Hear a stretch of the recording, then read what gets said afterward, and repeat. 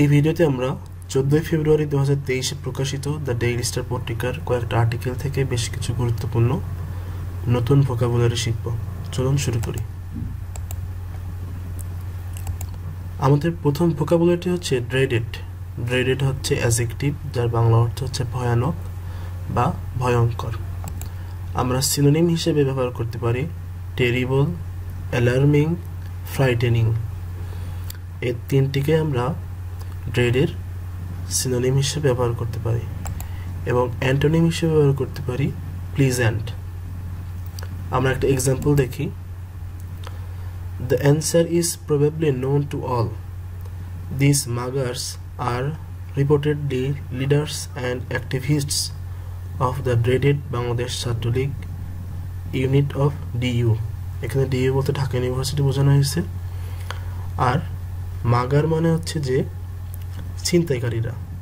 তাহলে এই সেন্টেন্সটির বাংলা অনুবাদ দাঁড়ায়, উত্তরটি সম্ভবত সবারই জানা, এই ছিনতাইকারীরা ঢাবির ভয়ানক বাংলাদেশ ছাত্রলীগ শাখার নেতাকর্মী বলে জানা গেছে।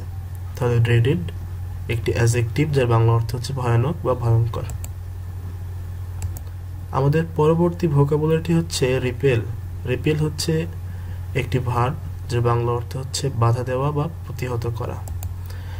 সিনোনিম হিসেবে আমরা এখানে রিপালস বা রেজিস্ট ব্যবহার করতে পারি।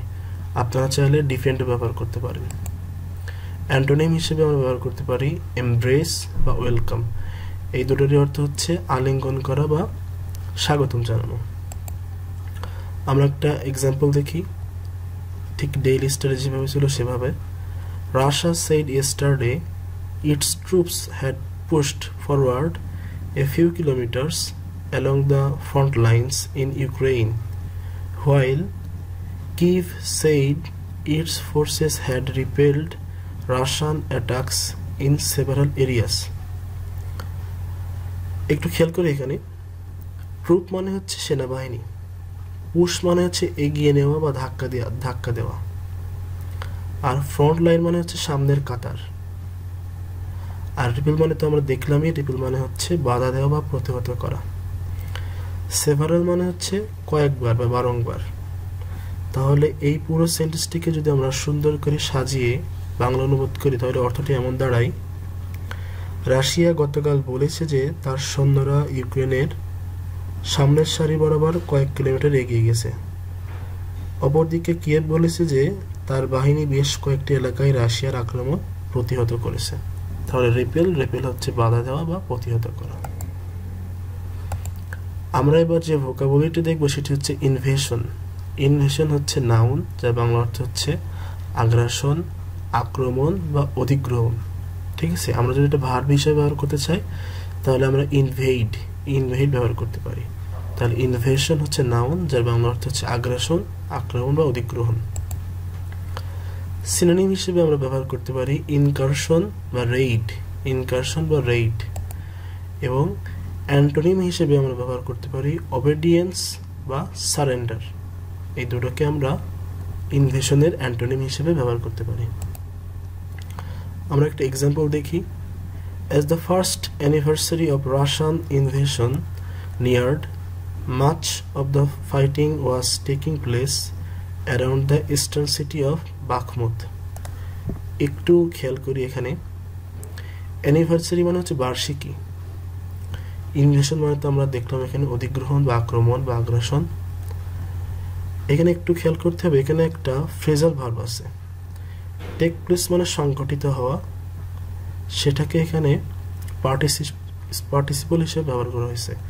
তাহলে এর বাংলা অর্থটি দাঁড়ায়, রাশিয়ান আগ্রাসনের প্রথম বার্ষিকী ঘনিয়ে আসার সাথে সাথে পূর্বাঞ্চলীয় শহর বাখমুতের চারপাশে বেশিরভাগ লড়াই সংঘটিত হয়েছিল। তাহলে ইনভেশন একটি নাউন, যার বাংলা অর্থ হচ্ছে আগ্রাসন, আক্রমণ বা অধিগ্রহণ। আমাদের পরবর্তী ভোকাবুলারিটা খুবই ইম্পর্টেন্ট, এটা হচ্ছে ডিসিসিভ। এটি হচ্ছে অ্যাডজেক্টিভ, যার বাংলা অর্থ হচ্ছে নিষ্পত্তিমূলক বা চূড়ান্ত। আমরা একটা সিনোনিম দেখি। সিনোনিম হচ্ছে রেজোলিউট বা পজিটিভ। সিনোনিম হচ্ছে রেজলিউট বা পজিটিভ।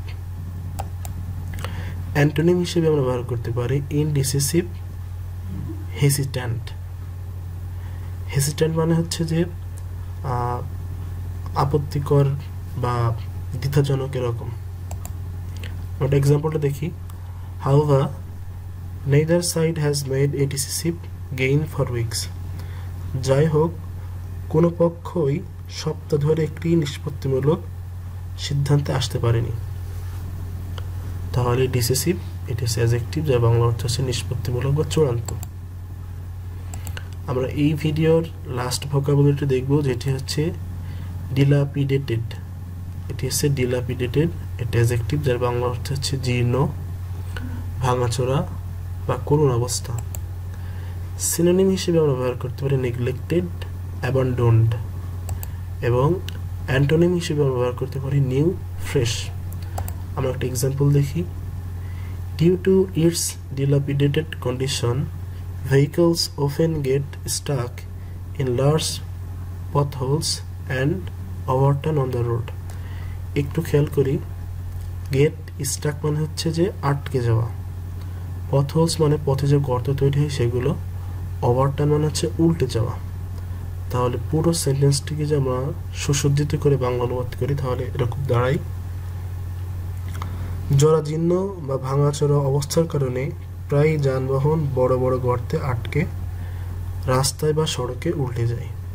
তাহলে ডিলাপিডেটেড হচ্ছে অ্যাডজেক্টিভ, যার বাংলা অর্থ হচ্ছে জীর্ণ। এই ছিল 14 ফেব্রুয়ারি 2023-এ দ্য ডেইলি স্টার পত্রিকায় প্রকাশিত কয়েকটা আর্টিকেল থেকে বাছাইকৃত গুরুত্বপূর্ণ কিছু ভোকাবুলারি। হোপফুলি এই ভোকাবুলারিগুলো আপনাদের শব্দ ভাণ্ডার সমৃদ্ধ করতে সহায়তা করবে। সবার জন্য শুভকামনা।